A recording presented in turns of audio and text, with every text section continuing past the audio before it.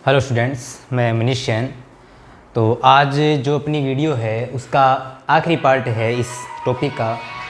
आज के जो क्वेश्चन है अपने पास वो कल वाले क्वेश्चन से यानी पिछले वाली वीडियो से आज वाले जो क्वेश्चन हैं उनके थोड़ी सी लेवल जो है वो उनका हाई है। किस प्रकार से कि अभी तक जो अपने पास क्वेश्चन आए थे उनमें एक त्रिभुज काम में आ रहा था, एक समकोण त्रिभुज काम में आ रहा था। अब जो अपने पास क्वेश्चन आएंगे उनमें दो समकोण त्रिभुज काम में आएंगे और उनके जो डायग्राम है वो भी पीछे वाले से थोड़े क्या होंगे, बड़े होंगे। कैलकुलेशन भी थोड़ी क्या होगी, ज़्यादा होगी। अपने पास क्वेश्चन नंबर 1 है, दे रखा है एक प्रकाश स्तंभ यानी कि लाइट हाउस से पूर्व की ओर ईस्ट की ओर स्थित दो जहाज़ों के अवनमन कोण 45 डिग्री व 30 डिग्री है। यदि दोनों जहाज़ों के बीच की दूरी 200 मीटर है तो प्रकाश स्तंभ की ऊंचाई क्या कीजिए, ज्ञात कीजिए। देखो ये जो अपने चैप्टर चल रहा है ऊंचाई एवं दूरी, इस चैप्टर के जो क्वेश्चन है वो अपनी रियल लाइफ से जुड़े हुए हैं। कोई दीवार आ गई, कोई मीनार आ गई, कोई मकान आ गया, कोई टावर आ गया। इस बार क्या आया है, इस बार आया है लाइट हाउस, प्रकाश स्तंभ। अपने को पता होना चाहिए कि लाइट हाउस क्या होता है। लाइट हाउस होता है कि जो समुद्र होते हैं उसमें जो जहाज जाते हैं उनको दिशा निर्देश देने के लिए समुद्र की सतह पर, समुद्र के किनारे के ऊपर बहुत बड़ी सी मीनार बनाई हुई होती है। उसके ऊपर एक लाइट लगी होती है, वो चारों ओर घूमती है, जिससे जहाज़ों को पता चलता है, समुद्र में जाने वाले जहाज़ों को नाइट में या फिर जो भी उनको दिशा का पता चलता है कि अपने को किस ओर जाना है। उनको बोलते हैं लाइट हाउस यानी कि प्रकाश स्तंभ। दे क्या रखा है, प्रकाश स्तंभ दे रखा है से पूर्व की ओर स्थित कितने जहाज हैं, दो जहाज हैं और उनके अवनमन कोण दे रखी हैं। अवनमन कोण का मतलब ऊपर से नीचे की ओर देख रहा है, लाइट ऊपर से नीचे की ओर जा रही है तो अवनमन कोण 45-30 डिग्री है और दोनों जहाज़ों के बीच की दूरी 200 मीटर है। प्रकाश स्तंभ की ऊंचाई क्या करनी है, ज्ञात करनी है। तो अपन करेंगे आंसर नंबर 1। किस प्रकार से करेंगे, अपने को एक बात का पता है कि कोई भी क्वेश्चन अपन करते हैं सबसे पहले क्या होता है, डायग्राम। डायग्राम के लिए अपने को दे रखा है समुद्र की सतह, लाइट हाउस किसकी ओर होगा, समुद्र की सतह पर। ये अपन ने बना ली समुद्र की सतह, ये अपने पास एक समुद्र की सतह है। इस समुद्र की सतह के एक ओर क्या खड़ा है, लाइट हाउस खड़ा है। मैंने एक बात बताई थी, किसी भी समतल पर, किसी भी सतह पर कोई वस्तु खड़ी होती है, क्या खड़ी होती है, ऊर्ध्वाधर खड़ी, ऊर्ध्वाधर स्थिति में खड़ी होती है, यानी कितना डिग्री कोण पर, 90 डिग्री कोण पर खड़ी होती है। इस बिंदु को मैंने मान लिया ए, इस बिंदु को मैंने मान लिया बी और इस बिंदु को मैंने मान लिया सी। ये जो BC है ये क्या है, ये समुद्र की सतह है और ये जो AB है ये क्या है, ये लाइट हाउस है। ये लाइट हाउस की ऊंचाई है। अब बात करते हैं, अपने को उन्नयन कोण चाहिए, अवनमन कोण। अवनमन कोण मैंने बताया था कि अवनमन कोण के लिए एक क्षैतिज रेखा अपने पास है, इसके समांतर अपन एक क्षैतिज रेखा और बनाएंगे। मैंने अवनमन कोण के लिए एक क्षैतिज रेखा और बना ली और इस क्षैतिज रेखा का नाम है AD। ये BC और AD आपस में क्या है, समांतर। क्यों, क्षैतिज रेखाएं आपस में क्या होती है, समांतर। अब क्या दे रखा है, अब दे रखा है प्रकाश स्तंभ से पूर्व की ओर स्थित, इसको अपन ने मान लिया ये पूर्व दिशा है। प्रकाश स्तंभ से पूर्व की ओर स्थित दो जहाजों के अवनमन कोण, कितने जहाज हैं, दो जहाज। एक जहाज को मान लिया बिंदु C पर, यह समुद्र है, एक जहाज को बिंदु C पर और एक जहाज को मान लिया बिंदु D पर। ये दो जहाज है, यहां से लाइट पड़ेगी, यहाँ से ये लाइट जाएगी और ये लाइट पड़ेगी कहाँ पर पड़ेगी, जहाज D पर। और यहाँ से एक और किरण निकलेगी, लाइट निकलेगी और ये कहाँ पर पड़ेगी, बिंदु C पर। अब कितने अवनमन कोण बनेंगे, दो अवनमन कोण। एक तो बनेगा 30 का और एक क्या बनेगा, 45 का। अपने को दिख रहा है कि यहाँ से ये जो लाइट जा रही है ये जहाज C पर जा रही है तो ये कोण भी क्या बना रही है, कम बना रही है। ये कोण बनेगा कितना डिग्री का, 30 डिग्री का। ये छोटा कोण है इसलिए ये कोण बनेगा 30 डिग्री का। और ये जो लाइट जा रही है ये अपनी जहाज D पर जा रही है तो ये जो कोण बनेगा ये बड़ा कोण है, ये कोण बनेगा अवनमन कोण कितने डिग्री का, 45 डिग्री का। छोटा वाला कोण बन गया 30 डिग्री का, बड़ा वाला कोण बन गया 45 डिग्री का। अब देखो भाई ये अपने पास डायग्राम आ गया। अब क्या दे रखा है, अब दे रखा है दोनों जहाज़ों के अवनमन कोण 45 और 30 हैं। यदि दोनों जहाज़ों के बीच की दूरी कितना मीटर है, 200 मीटर। ये है अपने पास जहाज C, ये है अपने पास जहाज D। दोनों जहाज़ों के बीच की दूरी कितना मीटर है, 200 मीटर अपने को दे रखा है। तो अपने को लाइट हाउस की ऊंचाई क्या करनी है, ज्ञात करनी है। अपन क्या करेंगे, माना लाइट हाउस की जो ऊंचाई है उसको कितना मान लिया अपन ने, H मान लिया। और ये जो BD है ये अपने काम आएगा, इसको अपन मान लेंगे X मीटर। क्या मान लिया, X मीटर। अब बात करते हैं, सबसे पहले क्या बन गया अपने पास, डायग्राम। डायग्राम को पूरा करते हैं। कैसे, अपने को दे रखे हैं अवनमन कोण। अवनमन कोण नीचे की ओर बनते हैं, ऊपर की ओर, ऊपर की ओर। परंतु अपने को एक बात का पता है कि ये जो CB रेखा है और ये जो DA रेखा है, ये दोनों कौन सी रेखाएं हैं? क्षैतिज रेखाएं हैं। एक समतल पर क्षैतिज रेखाएं क्या होती है? समांतर होती है। तो ये समांतर क्षैतिज रेखाएं हैं, इनको ये तिर्यक रेखा काट रही है, तो ये कोण 30 डिग्री है, तो ये कोण भी कितना डिग्री होगा? 30 डिग्री। कौन से कोण? एकांतर कोण। पिछले वाली वीडियो में काफ़ी बार बताइए ये बात। ये कोण 45 डिग्री है, ये कोण 45 डिग्री बन रहा है, तो ये कोण भी कितना डिग्री होगा? 45 डिग्री ही होगा। कौन से कोण है? एकांतर कोण। समांतर रेखाओं के मध्य बनने वाले एकांतर कोण का मान क्या होता है? समान होता है। तो ये 30, तो ये भी क्या होगा? 30, और ये 45, तो ये भी क्या होगा? 45।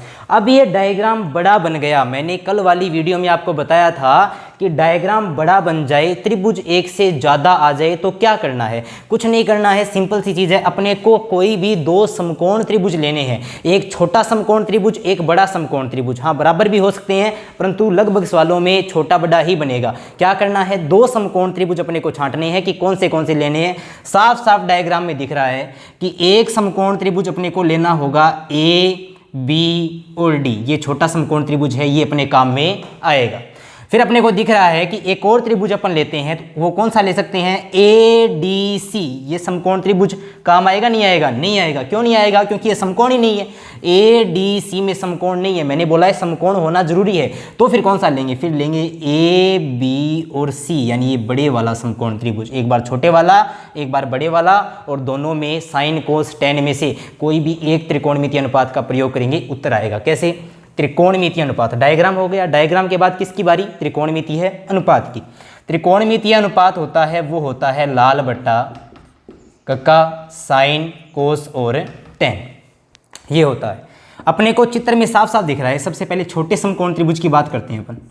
थीटा के सामने वाली भुजा लंब होती है, 90 के सामने वाली कर्ण। इसमें कर्ण का कोई मैटर नहीं है, और ये क्या है? आधार। यानी एक लंब का मैटर है और ये किसका मैटर है? आधार का।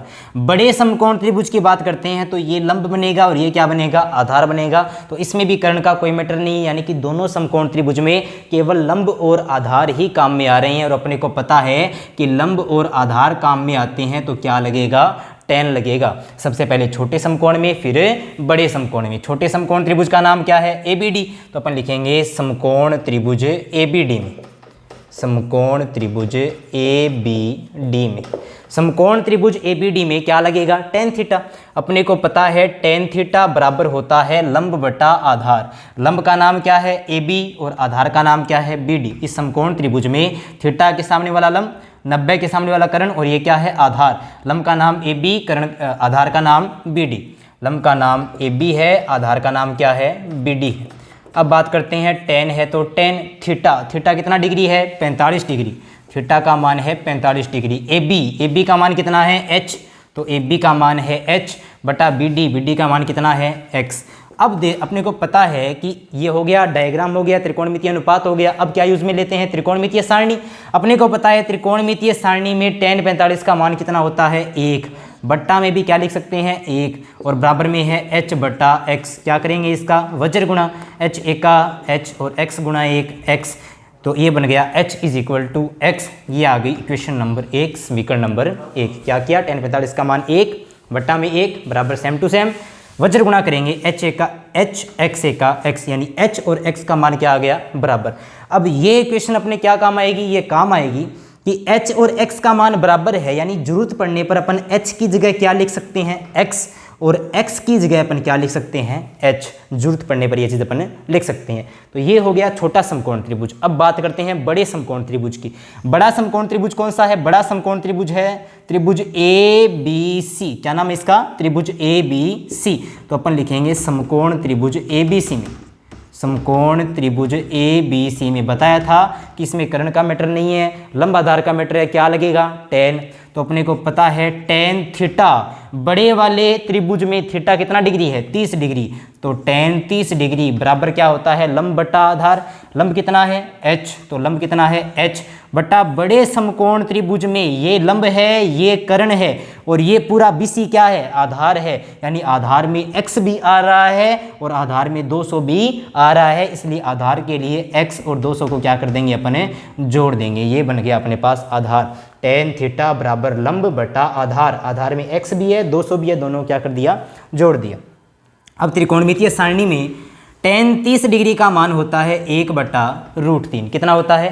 1/√3। और बराबर में है h/x + 200, h/x + 200। अब क्या करेंगे? इसका वज्र गुणा करेंगे। वज्र गुणा कैसे करेंगे? अपने को पता है 2 एका 2, 3 एका 3, 4 एका 4, यानी किसी भी पद को 1 से गुणा करने पर क्या आता है? वही पद आता है। तो ब्रैकेट को 1 से गुणा करेंगे, क्या आ जाएगा? ब्रैकेट ही आ जाएगा, सेम टू सेम। इक्वल है तो इक्वल। h गुणा √3 क्या होता है? h√3। अब देखो भाई, इसमें अपन चेंज क्या करेंगे? अपने पास ये इक्वेशन आ गई। अब क्या करेंगे? अपने को क्या चाहिए? अपने को चाहिए प्रकाश स्तंभ की ऊंचाई, और ऊंचाई को क्या माना था? h। यानी इस समीकरण में अपने को केवल किस में मान चाहिए? h में मान चाहिए। ये x अपने को नहीं चाहिए। तो क्या करेंगे? अपने पास समीकरण नंबर 1 है, वो समीकरण नंबर 1 क्या कहती है कि जरूरत पड़ने पर अपन x की जगह क्या लिख सकते हैं? h लिख सकते हैं। तो अपन x की जगह क्या लिखेंगे? h लिखेंगे। प्लस में क्या है? 200 और बराबर में है h√3। अब अपने को किसका मान चाहिए? अपने को चाहिए ऊंचाई। ऊंचाई क्या है? h। यानी जो चीज अपने को चाहिए वो एक तरफ होनी चाहिए, या तो LHS में या RHS में। तो क्या करेंगे अपन इस h को LHS से किस में ले जाएंगे? RHS में। इसका क्या कर देंगे? पक्षांतरण कर देंगे। ये क्या बन जाएगा? यहां पर बचेगा 200, यहां पर बचेगा 200 बराबर, यहाँ पे है h√3। क्या है यहाँ पे? h√3। और ये प्लस h इधर जाकर क्या बनेगा? माइनस का h। अब क्या करना है? अब अपने को h और h, यहाँ पर h अपन क्या ले लेंगे? कॉमन लेंगे। h कॉमन ले लिया, क्या बचेगा? √3। और माइनस में h आ गया बाहर, क्या बचेगा? 1। याद रखना है, कॉमन का मतलब है भाग देना। h√3 में h कॉमन लिया, h में h का भाग गया, कैंसिल हो गया, क्या बचेगा? √3। माइनस है तो माइनस, h यहाँ पे कॉमन लिया है, यानी h में h का भाग देंगे, उत्तर कितना आ गया? 1। और बराबर में क्या है? 200। तो बराबर में क्या है? 200। यानी ये बन गया h गुणा √3 - 1 बराबर 200। अब अपने को h√3 - 1 चाहिए या केवल h चाहिए? अपने को केवल h ऊंचाई चाहिए, हाइट चाहिए। तो क्या करेंगे? ये h अपने पास है सेम टू सेम बराबर 200 है, तो 200 बटा ये √3 - 1 किस में है? गुणा में। ये गुणा में इधर जाकर क्या बनेगा? भाग में √3 - 1। और ये अपना क्या आ गया? आंसर आ गया। परंतु ये आंसर पूर्णतया सही नहीं है। क्यों सही नहीं है? मैंने आपको एक बात बताई थी कि बट्टा में यदि रूट की संख्या आ जाए तो उसके हर का क्या करेंगे? परिमेयकरण करेंगे। परिमेयकरण करना आपको पिछली वीडियो में मैंने सिखाया था, एक बार दोबारा से बताता हूं। ध्यान रखना है कि बट्टा में रूट की संख्या आ गई, उत्तर अपने को निकालने हैं, तो वहां पर हर का परिमेयकरण करना आवश्यक होता है। कैसे करेंगे अपन हर का परिमेयकरण? यहाँ पे है √3 - 1, 9th की क्लास में भी अपने ये चैप्टर है। यहाँ पे बट्टा में है √3 - 1, अपने को इसका हर का परिमेयकरण करना है। क्या करेंगे? ये जो है इसको सेम टू सेम लिखेंगे। √3 है तो √3 और 1 है तो 1। बट्टा में भी √3 है तो √3 और 1 है तो 1। यानी ये जो नीचे वाली चीज है इसी को ऊपर गुणा कर दिया, इसी को नीचे गुणा कर दिया, परंतु चेंज क्या होगा? चेंज इतना सा होगा, जो ये अगले वाले पद के पहले जो चिन्ह है माइनस का, ये चिन्ह चेंज हो जाएगा। यहाँ पे माइनस का 1 है तो ये क्या बन जाएगा? प्लस का 1। ये भी क्या बन जाएगा? प्लस का 1। अब इनको अपन क्या करेंगे? गुणा करेंगे, अपना क्या आ जाएगा? उत्तर आ जाएगा। इसको पूरा हल कैसे करेंगे? देखो, ये अपने बन गया h = 200 बट्टा √3 - 1। बट्टा में आ गई रूट की संख्या, हर का करेंगे परिमेयकरण। कैसे करेंगे? √3 - 1 की जगह क्या लिखेंगे? +1। पहले वाले का चिन्ह चेंज नहीं करना है, केवल दूसरे वाले का। अगले वाले का चिन्ह क्या कर देंगे? चेंज, बाकी सेम टू सेम। इसी का ऊपर गुणा कर देंगे, इसी का क्या कर देंगे? नीचे गुणा कर देंगे। अब क्या बनेगा? ये बनेगा 200 गुणा ब्रैकेट, तो 200 गुणा ब्रैकेट जो भी है वो सेम टू सेम। बट्टा है तो बट्टा। अपने एक फार्मूला पढ़ा है। क्या फार्मूला पढ़ा है? अपने पास एक फार्मूला होता है x + y × x - y = x² - y²। क्या फार्मूला है ये? यानी कि यदि दो पद, x एक पद है, y दूसरा पद है, यदि दो पद एक बार आ जाए प्लस में और गुणा में यदि वही दो पद यानी कि x y यानी समान पद होने चाहिए, जो पद पहले आए थे वही पद यहाँ पे होने चाहिए।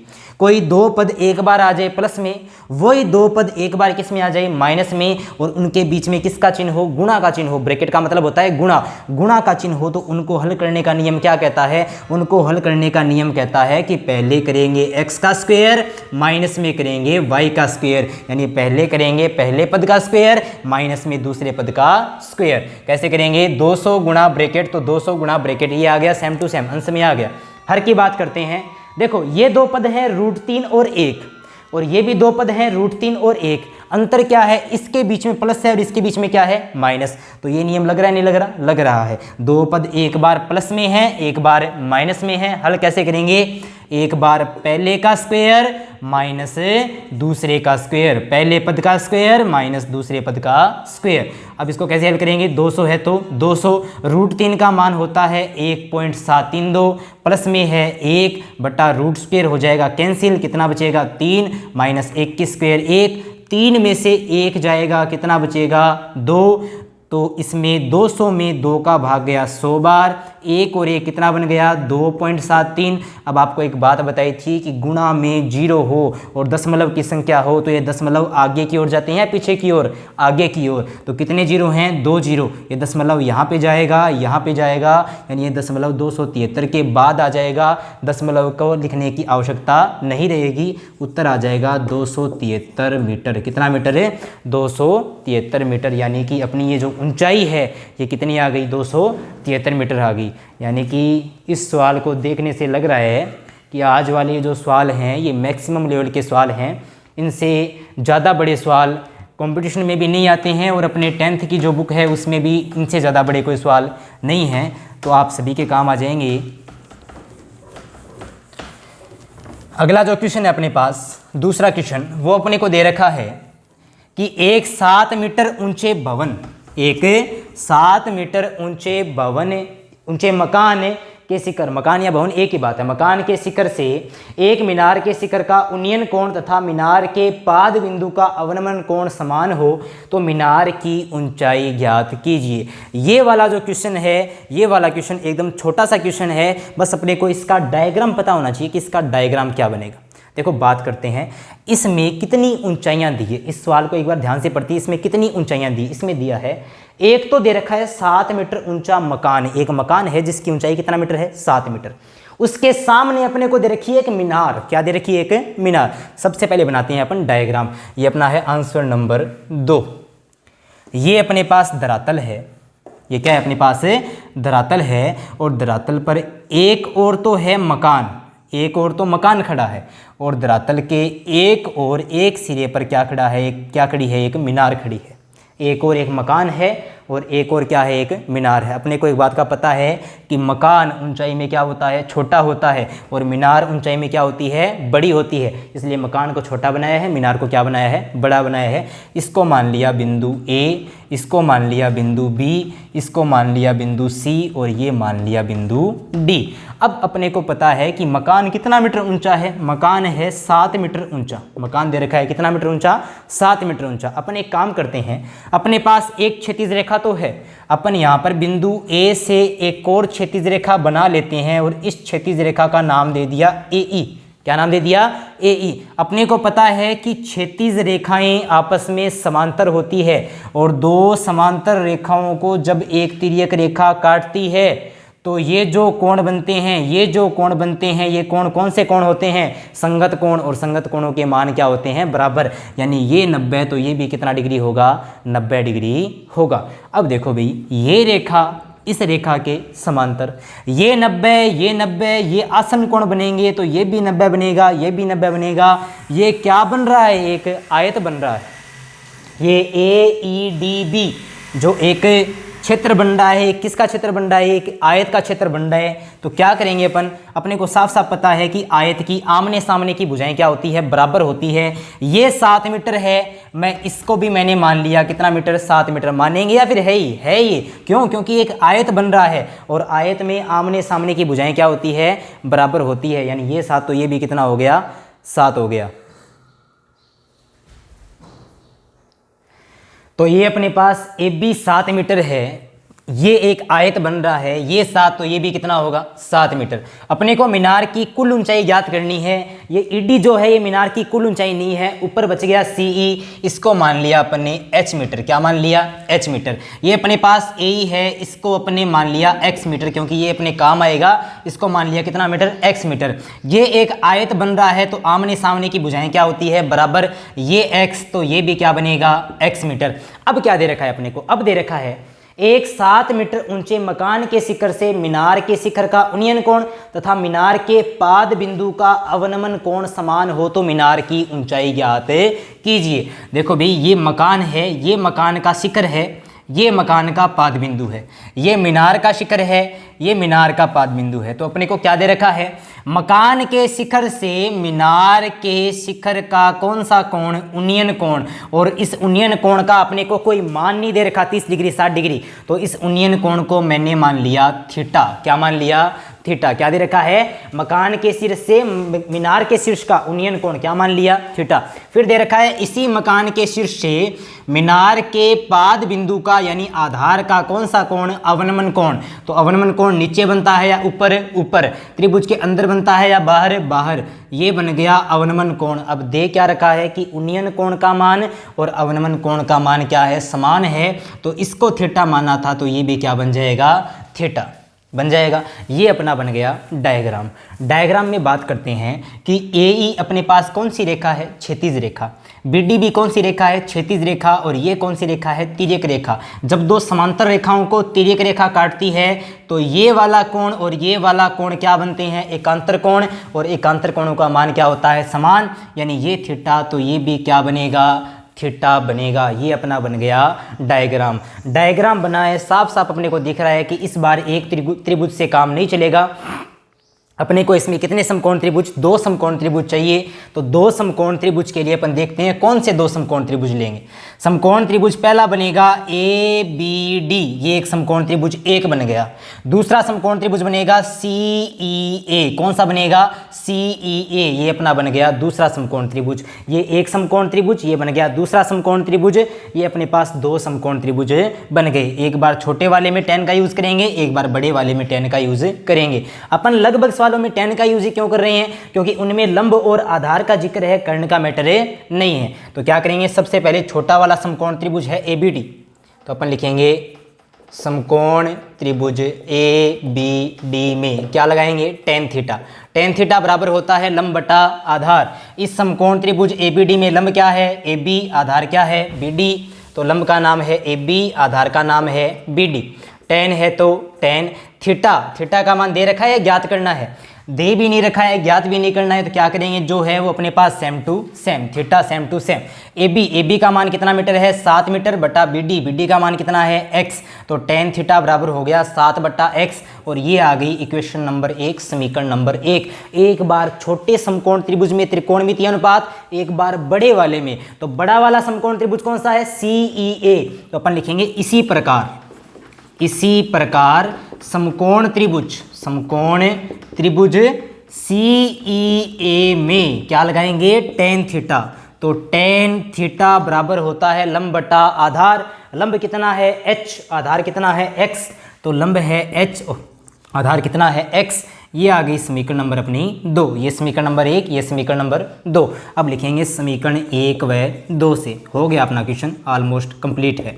समीकरण 1 व 2 से। समीकरण 1 और 2 से अपने को क्या दिख रहा है? समीकरण 1 का LHS और समीकरण 2 का LHS क्या है? समान है। तो समीकरण 1 और 2 के LHS समान हैं तो RHS भी क्या होंगे? समान होंगे। यानी कि इसका RHS 7 बटा x और समीकरण 2 का RHS h बटा x दोनों क्या होंगे? बराबर। ये बट्टा में x इधर जाकर क्या बनेगा? पक्षांतरण होकर बनेगा गुणा में x से x क्या हो जाएगा? कैंसिल। तो मैं एक काम करता हूँ, यहीं पे x से x क्या कर दिया?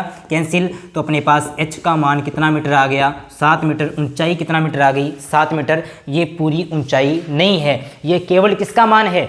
h का। अपने को चाहिए मीनार की ऊंचाई। किसकी ऊंचाई चाहिए? अपने को चाहिए मीनार की ऊंचाई। मीनार की टोटल ऊंचाई का नाम क्या है? मीनार की टोटल ऊंचाई का नाम है CD। क्या नाम है? CD। सी डी कब आएगी? जब एच में 7 क्या करेंगे? जोड़ेंगे। तो सी डी का मान आएगा जब एच में 7 क्या करेंगे? जोड़ेंगे। एच का मान क्या आया है? 7, और यहाँ पर भी क्या है? 7 और 7 कितना हो गए? 14, यानी मीनार की कुल ऊंचाई कितनी आ गई? 14। ये हो गया अपना क्वेश्चन नंबर 2। अब है अपने पास क्वेश्चन नंबर 3। क्वेश्चन नंबर 3,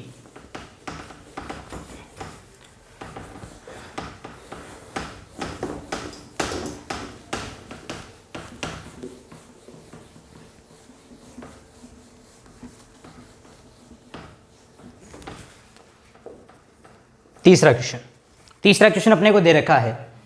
एक 10 मीटर ऊंची मीनार के आधार से कुछ दूरी पर एक बिंदु स्थित है। इस बिंदु से मीनार की ओर कितनी दूरी तक चला जाए कि इसका उन्नयन कोण 30 डिग्री से कितना डिग्री हो जाए? 45 डिग्री हो जाए। इसका डायग्राम कैसे बनेगा? सबसे पहले अपने पास क्या है? धरातल है, एक समतल है, और समतल पर 10 मीटर ऊंची क्या खड़ी है? एक मीनार। इस समतल के एक सिरे पर 90 डिग्री कोण पर 10 मीटर ऊंची एक मीनार खड़ी है, और इस मीनार का नाम अपन ने मान लिया AB। क्या मान लिया? AB। अब ये जो समतल है इस पर अपन ने कोई एक बिंदु C ले लिया, और इस बिंदु C का मीनार के शिखर के साथ उन्नयन कोण पहले कितना बन रहा है? 30 डिग्री दे रखा है। उन्नयन कोण 30 से 45 हो जाए, यानी पहले उन्नयन कोण 30 था, अब उन्नयन कोण कितना हो जाएगा? 45। ये अपने पास क्या है? एक समतल है। समतल पर 10 मीटर ऊंची एक मीनार है। समतल पर स्थित एक बिंदु C से मीनार के शिखर का उन्नयन कोण कितना डिग्री है? 30 डिग्री है। अब अपने को किसने पूछ रखा है कि इस बिंदु C से मीनार की ओर कितनी दूरी चला जाए कि इसका उन्नयन कोण 30 से कितना हो जाए? 45। मान लिया कि इस बिंदु C से, और मैं बिंदु जाता हूं D तक, बिंदु C से बिंदु D तक अपन चलते हैं x मीटर की दूरी। कितना मीटर की दूरी? x मीटर की दूरी, और बिंदु पर D पर जाते ही अपना ये जो उन्नयन कोण है ये कितना डिग्री बन जाएगा? मान लिया ये कोण कितना डिग्री? 45 डिग्री बन गया। क्या किया? बिंदु C से मीनार की ओर x मीटर चले तो बिंदु क्या आ गया? D आ गया। बिंदु D पर इस मीनार के शिखर के साथ उन्नयन कोण कितना बन गया? 45 डिग्री। तो अपने को ये x दूरी ज्ञात करनी है कि अपन कितना मीटर चले हैं, और ये जो बाकी BD है इसको अपन मान लेंगे y मीटर, क्योंकि ये भी अपने क्या आएगी? क्वेश्चन में काम आएगी। ये अपने पास बन गया डायग्राम। डायग्राम के बाद में क्या करते हैं? दो समकोण त्रिभुजों का चयन करते हैं। सबसे पहले डायग्राम के बाद में करते हैं दो समकोण त्रिभुजों का चयन। एक छोटा समकोण त्रिभुज, एक बड़ा समकोण त्रिभुज। तो अपने पास छोटा समकोण त्रिभुज है ABD। छोटा समकोण त्रिभुज क्या है? ABD। तो अपन लिखेंगे समकोण त्रिभुज ABD में, समकोण त्रिभुज ABD में। इसमें लंब का मैटर है, आधार का मैटर है, कर्ण का कोई मैटर नहीं है। लंब आधार में क्या लगेगा? tan। यहाँ पे लगेगा tan थीटा बराबर लंब बटा आधार। लंब का मान कितना है? 10। आधार का मान कितना है? y। तो tan थीटा बराबर 10 बटा y। tan है तो tan थीटा, छोटे वाले समकोण त्रिभुज में थीटा का मान कितना डिग्री है? 45 डिग्री, बराबर में है 10 बटा y। त्रिकोणमितीय सारणी में tan 45 का मान होता है 1 बटा 1, यानी कि 1, बराबर में है 10 बटा y। वज्र गुणा करेंगे तो y एका y और 10 एका 10, मीटर है तो मीटर। ये आ गई समीकरण नंबर 1, यानी y का मान कितना मीटर आ गया? 10 मीटर। अब बात करते हैं बड़े समकोण त्रिभुज की। एक बार छोटा समकोण त्रिभुज, एक बार बड़ा समकोण त्रिभुज। सभी सवालों में ये लगेगा एक बार छोटा एक बार बड़ा, दो समकोण त्रिभुज उनका उपयोग करना है। कोई भी क्वेश्चन है छोटा या बड़ा, उनके उत्तर अपने आप आ जाएंगे। अपने पास बड़ा समकोण त्रिभुज है ABC। बड़े समकोण त्रिभुज का नाम है ABC। तो समकोण त्रिभुज ABC में tan कितना डिग्री है? बड़े वाले में है tan 30 डिग्री, बराबर लंब थीटा के सामने वाला क्या होता है? लंब। 90 के सामने वाला कर्ण, और ये शेष बचेगा ये क्या है? आधार। यानी बड़े समकोण त्रिभुज में लंब कितना है? 10। tan 30 बराबर लंब बटा आधार। लंब कितना है? 10 बटा आधार पूरा होगा CB। इस आधार में x भी है और इस आधार में y भी है, यानी कि x भी आएगा प्लस y भी आएगा। लंब है 10, आधार बनेगा x प्लस y। अब रखेंगे त्रिकोणमितीय सारणी से मान। tan 30 का मान होता है 1 बटा √3, बराबर है तो बराबर 10 बटा ब्रैकेट, तो 10 बटा ब्रैकेट है सेम टू सेम। अब क्या करेंगे? अब करेंगे इसका वज्र गुणा। कैसे करेंगे? ये बन जाएगा अपने पास x प्लस वाई, ये ब्रैकेट है, ब्रैकेट को गुणा करेंगे 1 से, किसी भी पद को 1 से गुणा करते हैं उत्तर क्या आएगा, सेम टू सेम। तो ब्रैकेट गुणा 1 क्या आएगा, bracket same to same.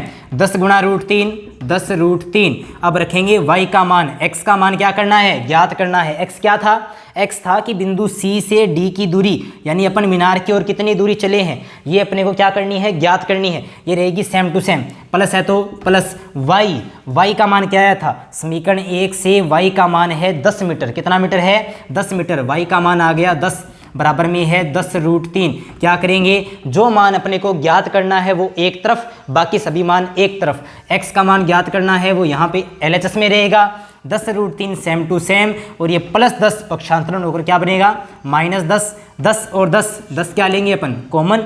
10 common लेने के बाद तो यहाँ पर भी 10, यहाँ पर भी 10 क्या लेंगे, कॉमन। 10 और 10 क्या आ गया, कॉमन। 10 कॉमन आने के बाद में यहाँ पर बचेगा √3, माइनस है तो माइनस, 10 कॉमन आ गया, कितना बचेगा, 1 इक्वल 10 है तो 10। √3 का मान होता है 1.732, माइनस में क्या है 1, 10 है तो 10, ब्रैकेट का मतलब क्या होता है, गुणा। 1.732 में से 1 जाएगा, कितना बचेगा, 0.732। अब आपको एक बात बताई है कि गुणा में 0 है और दशमलव साथ में आया है, तो ये दशमलव क्या होगा, आगे जाएगा। तो 1 0 है, दशमलव 1 आगे जाएगा, उत्तर आ जाएगा 7.32, यानी उत्तर आ गया 7.32 मीटर। x का मान कितना आ गया, x का मान आ गया 7.32 मीटर, यानी कि इस बिंदु C से बिंदु D तक जाने में कोण 30 डिग्री से 45 डिग्री होने में अपने को कितना मीटर चलना पड़ेगा, अपने को 7.32 मीटर चलना पड़ेगा। ये अपने पास हो गया क्वेश्चन नंबर 3। और अपने ऑलमोस्ट इस टॉपिक के सभी क्वेश्चन हो चुके हैं, जितने क्वेश्चन कंपटीशन में बनते हैं लगभग टाइप के क्वेश्चन हो चुके हैं। बाकी कमेंट बॉक्स में आपको कोई नया क्वेश्चन पूछना है, कोई क्वेश्चन आपके समझ में नहीं आया है, आप पूछ सकते हो। अभी एक आखिरी क्वेश्चन इस टॉपिक का, वो है 10th क्लास की टेक्स्ट बुक में एक एग्जाम्पल है, 10th के बच्चों के लिए है स्पेशल, एक अच्छा एग्जाम्पल है। इस बार बोर्ड पेपर के लिए भी इम्पोर्टेंट है, जो बच्चे 9th में हैं, जो 10th में हो रहे हैं, उनके लिए भी इम्पोर्टेंट है। तो और जो एक बात और है भी, ऐसे क्वेश्चन कंपटीशन में भी आते हैं, वैसे कम चांस है पर आते हैं। तो स्पेशली 10वीं कक्षा के बच्चों के लिए है ये क्वेश्चन अपन करते हैं। आखिरी क्वेश्चन है आज का, चौथा क्वेश्चन।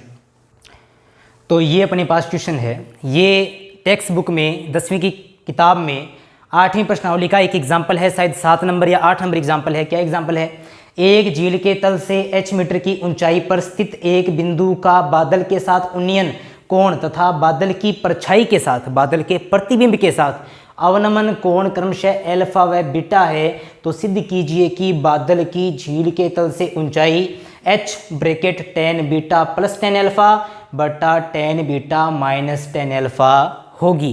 क्वेश्चन को एक बार दोबारा से ध्यान से पढ़ना है और अब करेंगे इसका आंसर। मोस्ट इंपॉर्टेंट क्वेश्चन है इस बार के लिए, बोर्ड एग्जाम के लिए। तो अपन ध्यान से देखेंगे कैसे, कि अपने पास सबसे पहले है एक झील, और ये है झील का तल, और झील में क्या होता है, पानी। तो इस झील में क्या है, पानी है, ये इस झील का क्या है, पानी है। और ये है झील की सतह, क्या दे दिया, झील की सतह से, झील की सतह से, ये बिंदु झील की सतह पर है, झील की सतह से कितना मीटर की ऊंचाई पर, अपने को पता है ऊंचाई हमेशा लंबवत लेनी है, तो मैंने ऊंचाई ले ली लंबवत, यानी कितना डिग्री कोण पर, 90 डिग्री कोण पर। अपने को पता है झील के तल से कितना मीटर की ऊंचाई पर, h मीटर की ऊंचाई पर, झील के तल से h मीटर की ऊंचाई पर अपन ने ले लिया एक बिंदु A। क्या ले लिया, एक बिंदु A। अब मान लिया कि यहाँ पर एक और बिंदु है जिसका नाम है B, और इस बिंदु B पर अपने पास एक बादल है, बिंदु B पर अपने पास क्या है, एक बादल। और इस बादल B की झील के तल, ये है झील का तल, ये बिंदु झील के तल पर है। इस बादल की झील के तल से ऊंचाई, और ऊंचाई क्या होती है, लंबवत, यानी ये वाली ऊंचाई, इसको मान लिया BC। क्या मान लिया, B और C। ये बन रही है बादल की झील के तल से ऊंचाई। ये ऊंचाई अपने को क्या करनी है, सिद्ध करनी है कि ये ऊंचाई ये बनेगी, क्या बनेगी, h tan beta plus tan alpha, tan beta minus tan alpha. ये अपने को क्या करना है, सिद्ध करना है। देखते हैं, झील है, झील में पानी है, ये झील की सतह अपने पास, इस बिंदु को डी मान लिया। DC जो है ये झील की सतह है। झील की सतह के बिंदु C से बिंदु B के बीच की जो दूरी आ रही है लंबवत, ये क्या है? ये बादल की झील की सतह से क्या है? ऊंचाई है। ये बादल की झील की सतह से क्या है? ऊंचाई। बिंदु D ये भी क्या है? झील की सतह पर एक बिंदु है। इस बिंदु से कितना मीटर ऊंचाई पर? h मीटर ऊंचाई पर स्थित एक बिंदु से, इस बिंदु से किसका?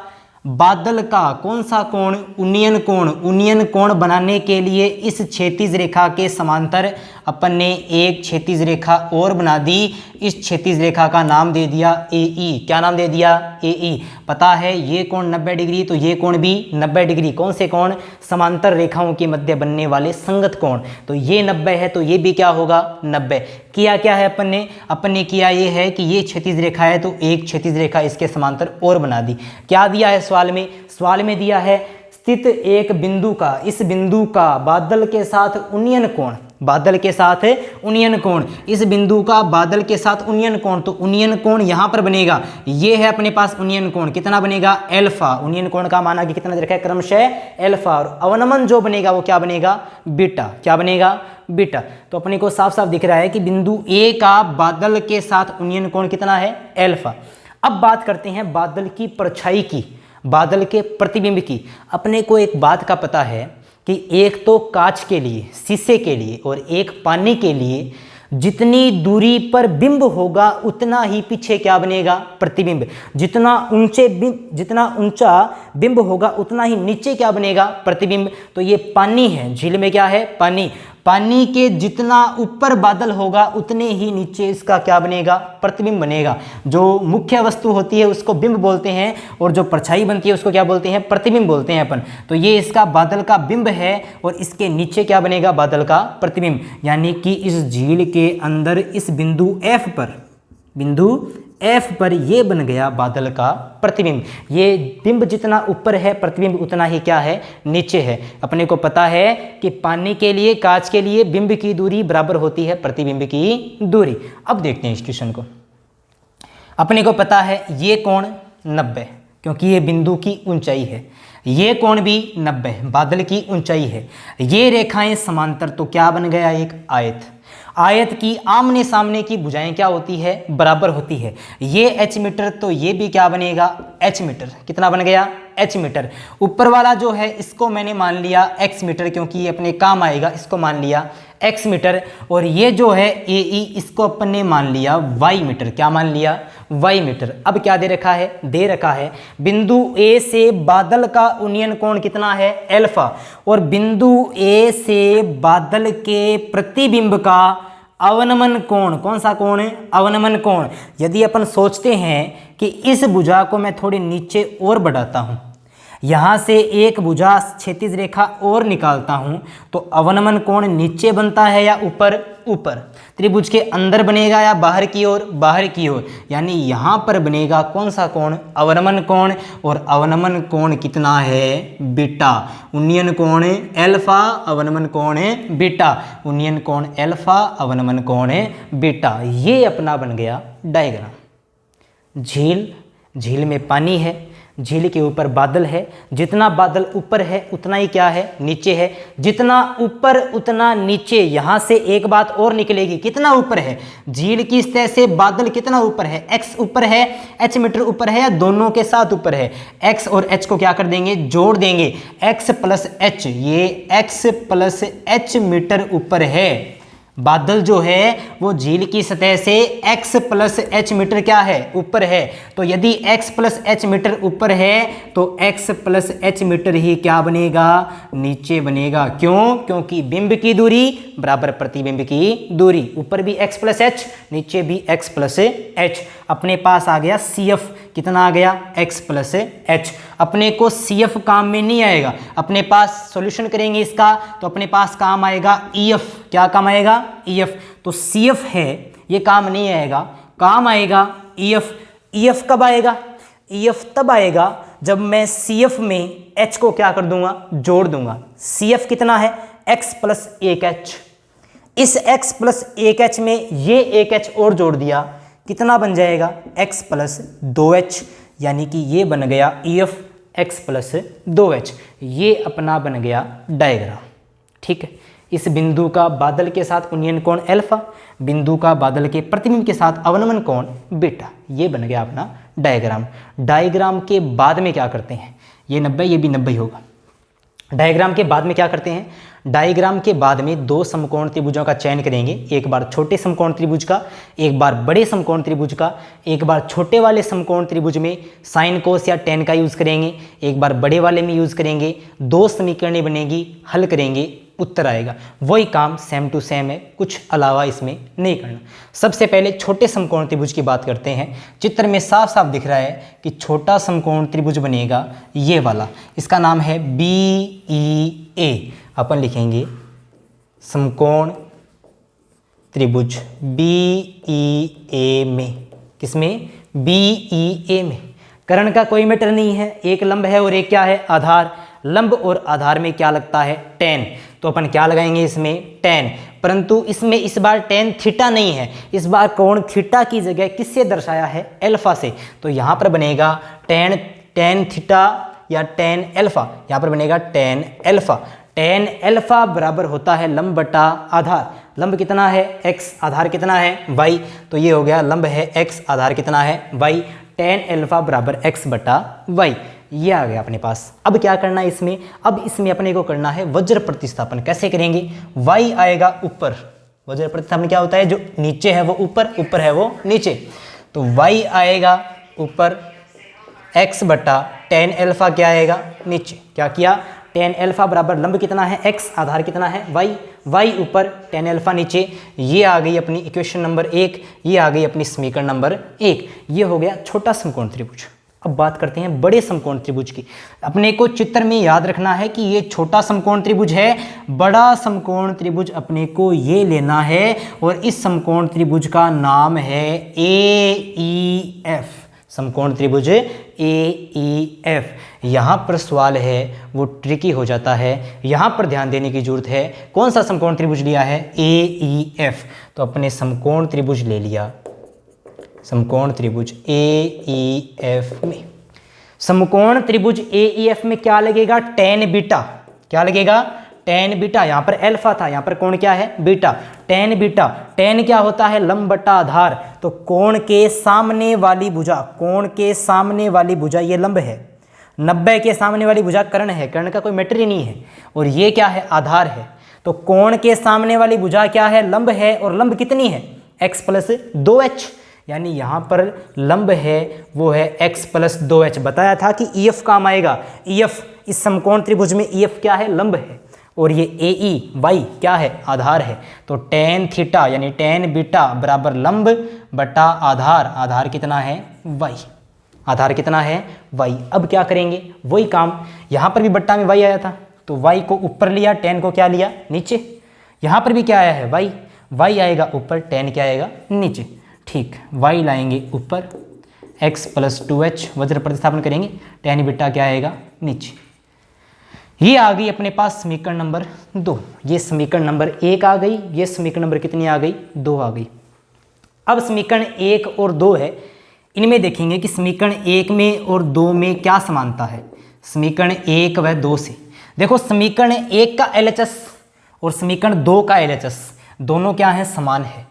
तो समीकरण 1 का RHS और समीकरण 2 का RHS भी क्या होंगे, समान। LHS बराबर, तो RHS भी क्या होगा, बराबर। इसका RHS है x बटा tan अल्फा, और इसका RHS है x प्लस 2h बटा tan बीटा।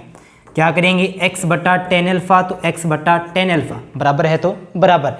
इन दो पदों के बट्टा में ये पद है, तो मैंने दूसरी वीडियो में बताया था, दो पदों के बट्टा में एक पद हो, इनको अपन अलग अलग कर सकते हैं। कैसे करेंगे, x के बट्टा में भी tan बीटा प्लस 2h के बट्टा में भी क्या कर देंगे, tan बीटा। अब क्या करेंगे, x वाले पद क्या करेंगे, एक तरफ, बाकी बच गए वो एक तरफ। x बट्टा tan अल्फा, तो x बट्टा tan अल्फा प्लस का x बट्टा tan बीटा इधर आकर बनेगा माइनस का x बट्टा tan बीटा बराबर 2h बट्टा tan बीटा, तो 2h बट्टा tan बीटा।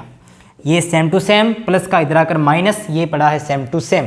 अब क्या लेंगे इनका अपन, लघुत्तम लेंगे। क्या लेंगे इनका, लघुत्तम। एक बात याद रखना है, अंश बटा हर और अंश बटा हर की जोड़ या x बटा टेन अल्फा, x बटा tan beta, tan alpha tan beta क्या लेंगे, लघुत्तम। अपने को एक बात याद रखनी है कि अंश बटा हर की जोड़ या बाकी आ जाए, हर का क्या लेते हैं, लघुत्तम। और याद रखना है कि अज्ञात पद जिनका मान अपने को पता नहीं है उनका लघुत्तम, उनका गुणा होता है। अलग अलग पद हैं तो उनका गुणा कर देंगे, वही क्या आ जाएगा अपने पास, लघुत्तम आ जाएगा। तो ये अपने पास बनेगा टेन अल्फा टेन बीटा, अलग अलग हैं तो इनका लघुत्तम बनेगा टेन अल्फा गुणा टेन बीटा। क्या बोला, अलग अलग पदों का लघुत्तम उनका गुणा होता है, ये लघुत्तम आ गया। अब इसमें सबसे पहले इसका भाग देंगे, टेन अल्फा टेन बीटा में टेन अल्फा का भाग देंगे। टेन अल्फा से टेन अल्फा क्या हो जाएगा, कैंसिल। क्या बचेगा, टेन बीटा। टेन बीटा को किससे गुणा करेंगे, x से, ये बन जाएगा x टेन बीटा। क्या बन जाएगा, x टेन बीटा। माइनस है तो माइनस। अब इसमें इसका भाग देंगे, टेन बीटा से टेन बीटा क्या हो जाएगा, कैंसिल। क्या बनेगा, टेन अल्फा, और टेन अल्फा को किससे गुणा करेंगे, x से, ये बन जाएगा x टेन अल्फा। और बराबर में है 2h बटा टेन बीटा, तो बराबर में है 2h बटा टेन बीटा। अब अपने को ध्यान देना है कि ये बट्टा में टेन बीटा है, इसके गुणा में, और इसके बट्टा में टेन बीटा है। इसका पक्षांतरण करेंगे तो ये बट्टा में है, ये क्या बनेगा, गुणा में। ये जो भाग में है ये क्या बनेगा, गुणा में। तो यहाँ पर टेन बीटा से टेन बीटा क्या हो जाएगा, कैंसिल। क्या बचेगा, 2h। तो मैं एक काम करता हूँ, यहीं पे टेन बीटा से टेन बीटा क्या कर दिया, कैंसिल। बट्टा में क्या बचेगा इसके, 1। अब क्या करेंगे, अब अपन x क्या लेंगे, कॉमन लेंगे। यहाँ पर भी x, यहाँ पर भी x ले लिया कॉमन।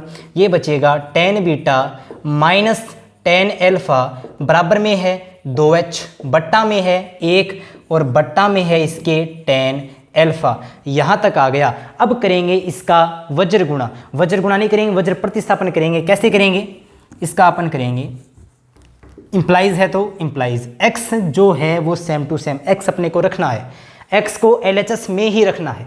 इक्वल है तो इक्वल, ये जो 2h है ये टेन अल्फा भाग में, इधर जाकर क्या बनेगा, गुणा में, ये बन जाएगा 2h टेन अल्फा। 2h गुणा tan alpha, 2h tan alpha बट्टा में, ये ब्रैकेट क्या है, x के गुणा में, ये क्या जाएगा, भाग में। तो ब्रैकेट गुणा 1 क्या बन जाएगा, ब्रैकेट, ये बन जाएगा